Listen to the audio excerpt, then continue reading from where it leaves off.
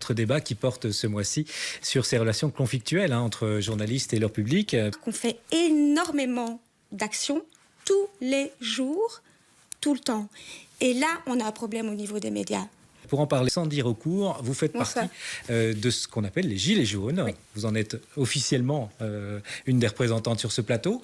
Vous ne l'avez pas mis le gilet, mais là-dedans, il y est. Hein. Donc, oui, tout à fait. On est toujours jaune dans la tête. Vous êtes là aussi, évidemment, parce qu'il y a manifestement entre les Gilets jaunes et les journalistes des conflits qui débouchent parfois sur des violences. En France, plus qu'en Belgique d'ailleurs. En Belgique, c'est assez rare, mais en France, c'est pas rare du tout. Donc, on sent bien qu'il y a un très gros malaise. Un très gros malaise. Et est-ce qu'on peut dire que ce malaise, il est dû essentiellement à un problème de point de vue ? Il y a un problème de point de vue, certes, mais aussi on a l'impression, en tous les cas en Belgique, d'être censuré par les médias et de ne pas être écouté. Il y a beaucoup de choses que nous faisons. Il faut savoir que la Belgique, ce n'est pas la France, et qui ne sont pas répertoriées dans les médias, on ne le dit pas. On ne vient dire que ce qui se passe mal. Que quand ça dégénère. Alors que la majorité d'entre nous sommes pacifiques et on puisse montrer aussi aux citoyens tout ce que nous faisons sur le côté tous les jours. Je me demandais pourquoi, en tant que média qui devrait être impartial, vous vous permettez de changer la réalité des faits. Pourquoi tant de mensonges ? Ce que vous faites, c'est de la désinformation. Mais dans le fond, comment en vouloir à votre journaliste ? Ces propos ne sont qu'une conséquence du conditionnement dont sont victimes presque tous les médias.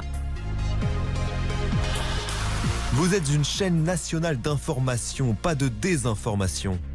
Quand les Gilets jaunes s'opposent aux journalistes, c'est souvent une guerre des pauvres. C'est-à-dire qu'ils sont eux-mêmes pressurisés, ils sont sous pression de leur rédaction, ils travaillent dans des conditions d'urgence et dans des conditions souvent contractuelles qui sont très précaires, c'est-à-dire qu'ils ont des nouveaux contrats, alors c'est interdit en théorie, mais des contrats d'auto-entrepreneuriat, des choses comme ça.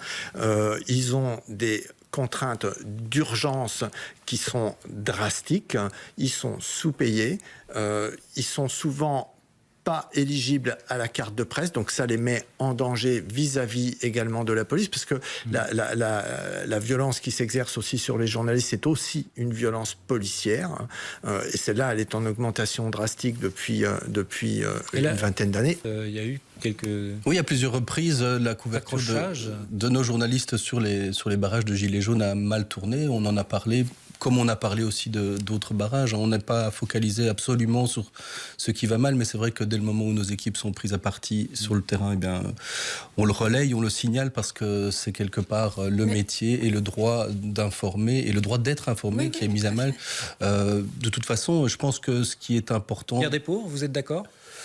Je pense qu'il y a une vraie précarisation du métier, ça c'est un fait. Il y a des journalistes qui sont mal payés, qui vivent des difficultés importantes, et l'insulte, parce que ça en reste une, même si c'est une boutade, c'est con de journaliste, elle est de plus en plus difficile à vivre pour les gens qui exercent ce métier, parce qu'il y a une vraie passion qui est exercée chez les professionnels des médias, qui sont en concurrence avec les vérités qui circulent sur les réseaux sociaux et qui sont affichées comme la vérité, alors qu'elles sont précisément souvent une construction de rumeurs. Rebondir sur la question des réseaux sociaux, parce que précisément, une des choses qui caractérise les Gilets jaunes, c'est de s'être construit à travers les réseaux sociaux et de s'informer les uns les autres de leurs actions via les réseaux sociaux. Alors, il y a à la fois les fake news sur les réseaux sociaux, mais il y a aussi forcément une distorsion entre des choses qu'on se partage et ce qu'on voit aux informations. Vous disiez, pour démarrer ce débat, nous, ce que nous reprochons aux journalistes, c'est essentiellement de ne pas montrer certaines des choses que nous faisons. Mais est-ce que ce n'est pas finalement ce qu'on pourrait reprocher à n'importe quel journal télévisé, c'est de ne pas être le reflet complet de ce qui s'est passé dans le monde ou même dans son pays. Il y a des choix tous les jours. Il y a des choix tous les jours, mais aussi dans le mouvement des Gilets jaunes. Donc il faut savoir que les barrages sont des choses qui sont peut-être un peu plus dures. Donc ce sont des noyaux durs qui maintiennent les barrages parce qu'il faut bloquer des camions, des choses comme ça. Et donc effectivement, si la faux passe mal avec les journalistes, c'est parce que eux sont déjà un peu aussi sous tension avec ce qu'il se passe derrière eux. Bon, il y a les camionneurs qui veulent passer. Tout est fait ça, pour que ça dégénère, en fait. Voilà, hein, donc il y a cette raison-là. Maintenant... Mais le mouvement a commencé comme ça, en bloquant des ronds-points. En bloquant des ronds-points. Le mouvement a commencé comme ça. Maintenant, la différence avec la France, on nous assimile beaucoup en Belgique avec les gilets jaunes français. Il y a quand même une différence. C'est vrai qu'on nous voit beaucoup moins dans les rues, mais par contre, il faut savoir qu'on fait énormément d'actions tous les jours, tout le temps. Et là, on a un problème au niveau des médias. Parce que là, il n'y a rien qui n'est expliqué. Et donc, je vais reprendre le terme ici, des comptes journalistes. Nous devenons des comptes de gilets jaunes. Nous aidons les SDF. On défend le pont des Trous contre la destruction du patrimoine de l'UNESCO. Ça fait 3 semaines qu'on est sur le terrain, jour et nuit, sur NLMK, avec les ouvriers pour les soutenir, les défendre, donner notre avis sur l'injustice sociale qu'il se passe pour le moment avec tous les licenciements des multinationales. Et ça, c'est un travail de fond, un travail qui se fait tous les jours. On travaille aussi pour le RIC. Je crois que les exemples sont nombreux. Hein. Oui, voilà. On se dit toujours que le malheur se vend mieux, évidemment, que les choses positives. Et c'est peut-être pour ça que, évidemment, certains reportages vont s'axer davantage sur les violences qui ont pu émailler certaines manifestations, ce genre de choses. Et effectivement, on pourrait aussi revenir sur le fait que, même s'il y a quand même une diversité des médias en Belgique, peut-être un petit peu plus qu'en France, il y a quand même 2 galaxies qui sont notamment Rossel et IPM, qui sont propriétaires quand même d'une large majorité des médias. Et donc, on a parfois l'impression que dans les médias, on a toujours cette même façon de voir le monde, même façon de traiter l'information, et on se demande un petit peu où est cette diversité d'opinion. Ce qui a été dit tout à l'heure est très vrai. La vérification de l'information, c'est le corps du journalisme. À partir du moment où on en fait une rubrique, on décrédibilise tout ce qui ne va pas passer à travers ce prisme. Donc c'est un risque. La vérification de l'information, c'est le corps du journalisme.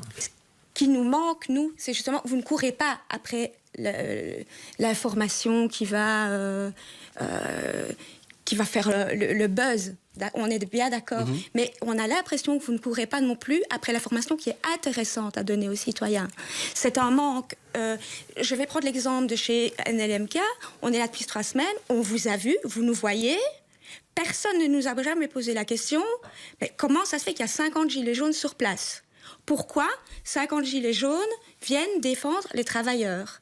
Ça, on ne nous le demande pas. Le pont des Trous, on s'intéresse au pont des Trous, mais personne ne sait que ça fait 3 semaines que le pont des Trous est envahi par les gilets jaunes qui dorment à l'intérieur pour ne pas que ce pont des Trous soit... Vous voyez, cette information-là, on ne la communique pas. Donc vous ne courez pas après la sensation, ce qui est très bien, mais vous ne courez pas non plus, on a l'impression que vous ne courez pas non plus vers la vérité. On essaye vraiment de comprendre la réalité, en tout cas, des gilets jaunes et des gilets jaunes qu'il se passe, parce qu'il n'y a pas que la casse. Alors peut-être que ça vient aussi du problème de la communication des Mais uns on vers les essaye autres d'appeler, mais on n'a pas de réponse. Je regarde très souvent la RTBF, Vivacité le matin, et toutes ces choses-là. Donc on voit qu'il y a une participation citoyenne. Mais il y a des choses qui manquent. Ici, en tant que citoyenne, je parle en tant que citoyenne, il y a des fois, l'information est donnée et il y a tout un débat dessus et ça part dans... On voit que les gens ne comprennent pas.